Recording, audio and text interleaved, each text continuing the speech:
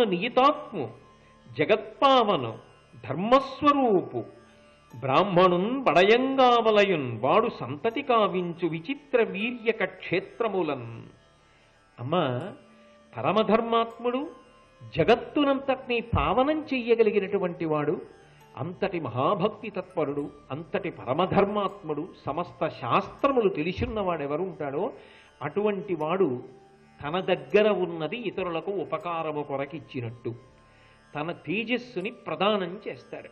దాని కారణం చేత వాళ్ళిద్దరూ గర్భవతులై వంశాన్ని నిలబెడతారు. అది ఈ యుగంలో, ఈ కాలములో ధర్మం అంగీకరించినటువంటి సిద్ధాంతం. కాబట్టి మీరు ఆ మార్గంలో వంశము నిలబడేటట్టుగా చూడండి. అన్ని తలుపులు మూసుకుపోతే కదా నేను సమాజం గురించి ఆలోచించాలి. మార్గం ఉండగా నేను మాట ఎందుకు తప్పడం అమ్మా? ఆలోచించండి. భీష్ముడు చెప్పినది శాస్త్ర సమ్మతమే. ఆ యుగమునందు ఆ ధర్మం ఉన్నది. కాబట్టి భీష్ముణ్ణి ఒత్తిడి చేయడం దోషం అని ఆమె వ్యాసభగవానుణ్ణి స్మరించి వ్యాసుణ్ణి పిలిపించి వ్యాసభగవానుని యొక్క అనుగ్రహం చేత అంబిక యందు ధృతరాష్ట్రుడు, అంబాలిక యందు పాండురాజు, అలాగే అంబిక యొక్క దాసి యందు విదురుడు జన్మించారు. ఈ ముగ్గురు కూడా వ్యాసుని యొక్క అనుగ్రహ విశేషంగా జన్మించారు. దాని వలన కురువంశము నిలబడింది. సత్యవతీదేవి సంతోషించింది. సరే, ఈ పిల్లలు పెద్దవాళ్ళు అవుతున్నారు. ఆవిడ ఏది ప్రధానంగా కోరిందో ఆ మాట నిలబడిందిగా. భీష్ముడు మాట తప్పవలసినటువంటి అవసరం పక్కకి వెళ్ళిపోయిందిగా. అంటే నిజానికి అవతల వాళ్ళకి ఈ విషయాలు తెలియవు కదా అని లోపల కాంక్ష ఉంటే రాజ్యాన్ని పొందవచ్చు, పెళ్లి చేసుకోవచ్చు. కానీ చేసినటువంటి ప్రతిజ్ఞ మీద ఆయనకి ఎంత విశ్వాసమో ఎంత గౌరవమో చూడండి. ఆ మాటకే కట్టుబడ్డాడంతే. అటువంటి మహాపురుషులు ప్రపంచ చరిత్రలో ఎంతమంది ఉంటారు? అంతటి గొప్పవాడు భీష్ముడంటే. కాబట్టి ఆ వంశం అలా వృద్ధిలోకి వస్తోంది. సత్యవతీదేవి సంతోషంగా ఉంది. కొంతసేపు ఆ కథని పక్కన పెట్టండి. ఎందుకని అంటే దీనికి ముందు ఒక మలుపు ఉంది. అంబ జీవితం ఉంది. మరి అంబని తీసుకొచ్చిన తర్వాత పంపించాడు కదా భీష్మాచార్యుల వారు సాళ్వుడి దగ్గరికి. కాశీరాజు కుమార్తెలు అంబా, అంబిక, అంబాలికని తీసుకొచ్చి అంబికా అంబాలికని విచిత్ర వీర్యుడికి ఇచ్చి వివాహం చేసి అంబని సాళ్వుడినే వివాహం చేసుకో అని చెప్పి పుణ్యాంగనలను విప్రులను ఇచ్చి చాలా మర్యాదతో పంపించేశాడు. ఇప్పుడు ఆ అంబ జీవితం ఏమైంది అన్నది నిజానికి ఆదిపర్వంలోనిది కాదు. కానీ చాలా దూరం భీష్ముడి జీవితం ముందుకి చెప్పిన తరువాత ఇది చెప్పవలసి ఉంటుంది. ఎందుకంటే కథాక్రమంలో భారతంలో అలా వస్తుంది. ఉద్యోగ పర్వంలో చెప్తాడు దుర్యోధనుడితోటి. కానీ మీ సౌకర్యం కోసం మహాభారతంలో భీష్ముడు అన్న శీర్షికతో నేను మాట్లాడుతున్నాను కాబట్టి పక్కనే వెళ్ళిన అంబ ఏమైంది అన్నది ఇప్పుడే మాట్లాడితే మీకు సౌలభ్యంగా అర్థం చేసుకోవడానికి వీలుంటుంది అన్న ఉద్దేశ్యంతో నేను అంబ వైపు నుంచి వచ్చినటువంటి మలుపుల గురించి ప్రస్తావన చేసే ప్రయత్నం చేస్తున్నాను. భీష్మాచార్యుల వారి చేత పంపబడినటువంటి అంబ సాళ్వుడి దగ్గరికి వెళ్ళింది. వెళ్ళి ఆ సాళ్వుడిని చూసి ఆమె ఒక మాట అంది.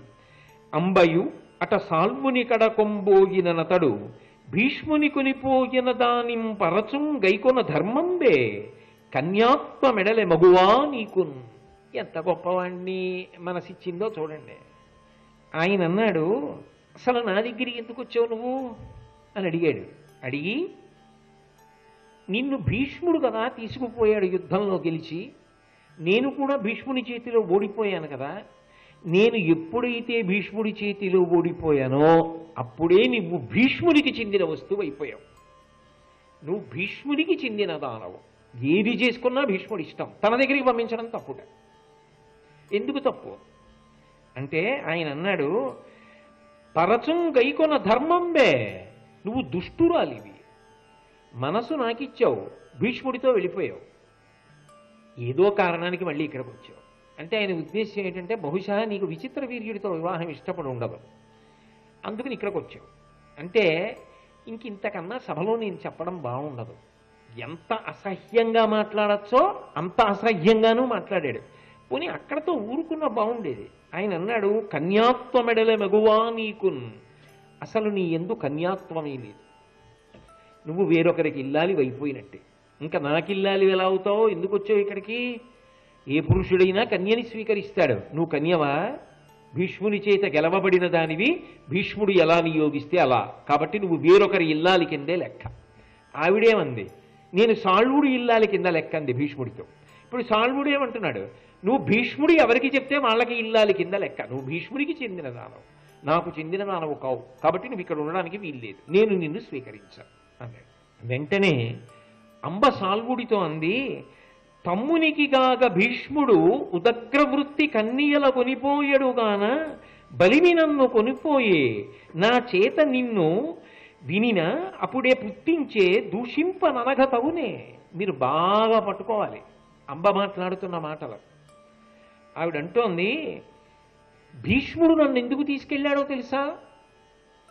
నన్ను తీసుకెళ్ళింది భీష్ముడు వివాహం చేసుకోవడానికి కాదు, భీష్ముడి తమ్ముడికిచ్చి వివాహం చేయడానికి తీసుకెళ్ళాడు.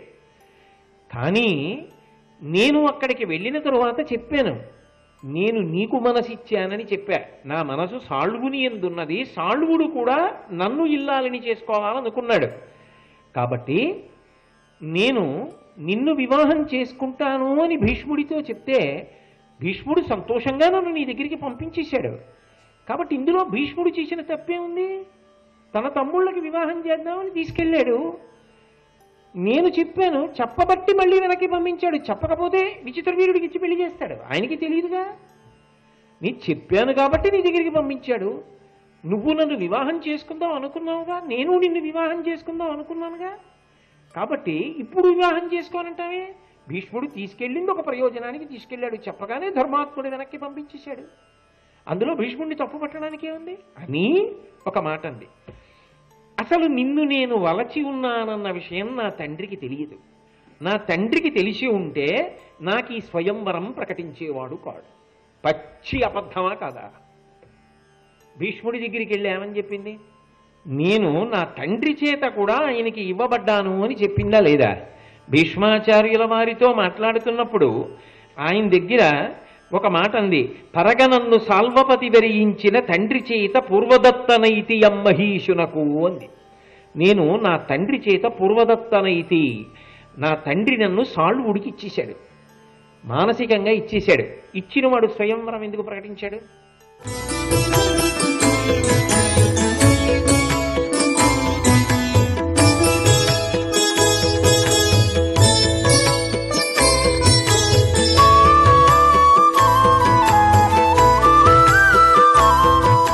సర్వం శ్రీ ఉమామహేశ్వర పరబ్రహ్మార్పణమస్తు.